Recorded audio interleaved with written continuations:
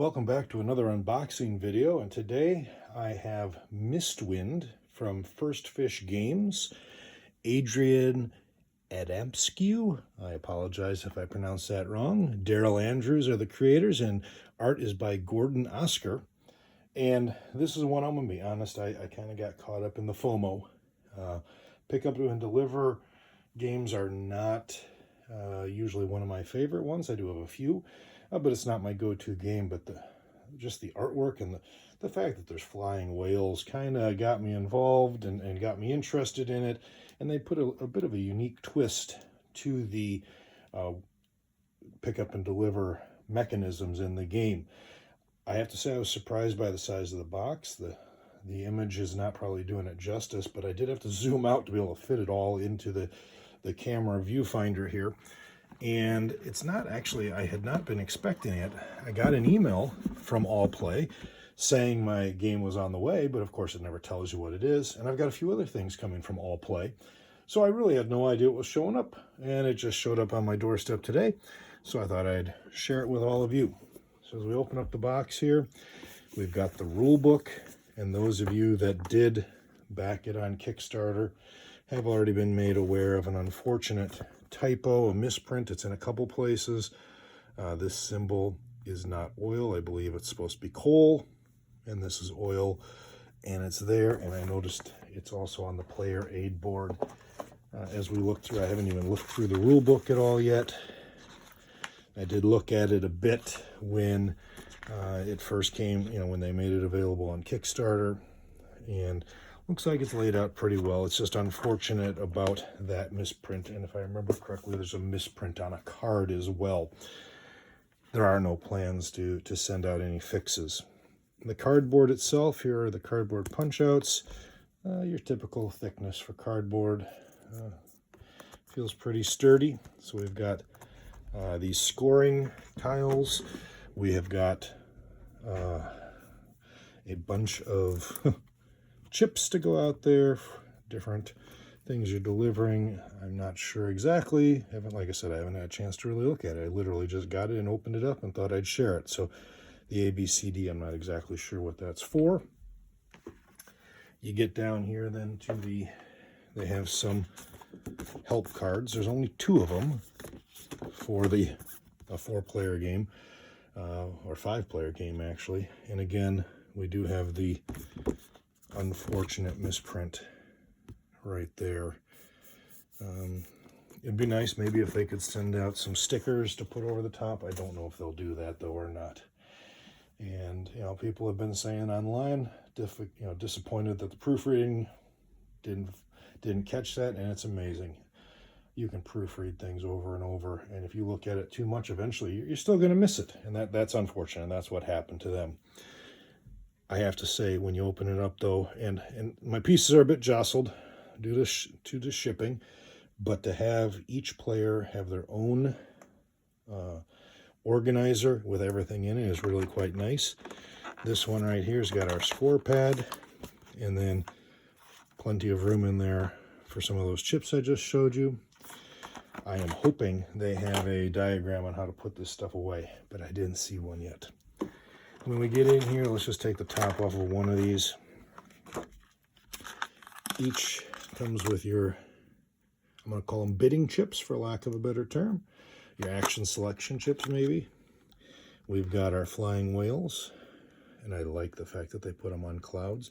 I'm happy to say that mine was delivered by foot, and no flying whales were harmed in the delivery of this package.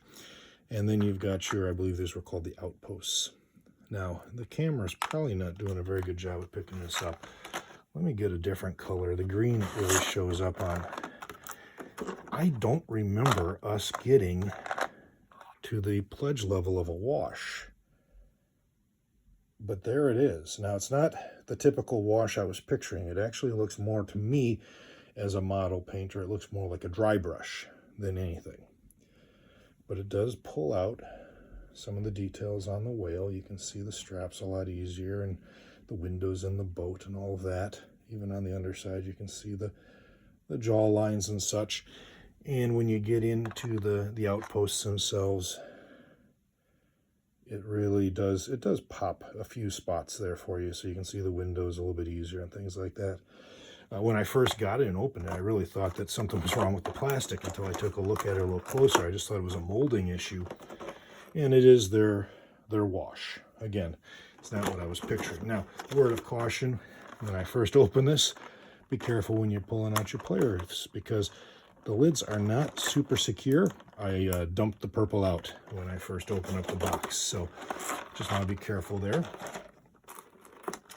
When we get down here, then we've got the board itself, and based on the size of the box, I'm afraid of how big this board is. So there we go. We'll just open it up that far so you can kind of get a taste of it.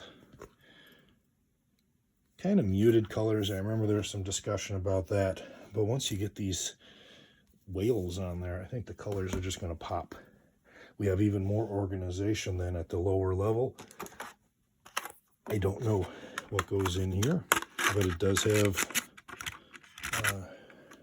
you can see it there. It's got ridges, so I'm assuming it's those smaller cardboard chips will go in there, and they're designed that way so they're easier to get out. This is, you can't see it in the camera and all, but it is kind of a slope, so I'm not sure what goes in there. And we've got two of those. We've got all the wood components. I'm not going to open up the bag for you. You can see those, the different pick up and deliver pieces that you have to get. Scoring, and I remember this was something with the Kickstarter that they went to just away from the cubes, and so it is kind of unusual. There's a square, a cube, and then a circle on top, so it fits into these recessed boards. And then more tokens again. I'll have to take a look and see what they really are. Getting in a little bit further here, we've got the cards. I'll just open up one set here just so we can see, and they're in the night. I like these envelope type sleeves better than the ones you got to open up the cellophane and such. Your typical thickness for card. Feels pretty good in the hand. These are your, oops, upside down, sorry. These, I don't remember what exactly they're called, but they're your hidden objectives, where you want your routes. I kind of think of it kind of like a ticket to ride would be probably the best comparison, I guess, for that. These other cards are in that cellophane, so I'm not going to open it, but you can see, I don't know if it shows up very well. I'm going to have to try and open it. You know, I'm not going to waste your time, but it is gold embossed. So that does have a nice shine to it. Same with this one. It's not showing up on the camera that well. I apologize. We do have the recessed boards, and again, that's why those markers have the squares almost like they're glued to the bottom, but that's going to be nice for tracking. Everybody knows a recessed board is so much better, especially on a game like this where you're going to be reaching across a substantial table space. We've got information on in-game scoring and some player help cards here, so nice little ones for the actual actions, and those two bigger ones I showed you, those were for, well, basically glossary reference. And then these are where you put your accent selection, and this one, if I remember right, goes along the, one goes along the side, one goes along the bottom, I think, of the board. And they are slightly different. Let's just take a look here. This number 3's got different symbolism as compared to this one. I don't remember if it was because of player count or if it was because of just wanting some variability. I see an A here and a B. So if I remember right, A's, you know, you should have both your A's out, both your B's out, I believe. But that's what I'm going to be doing here in a little bit. Get this box back up, start punching out that cardboard, and start going through the rule book.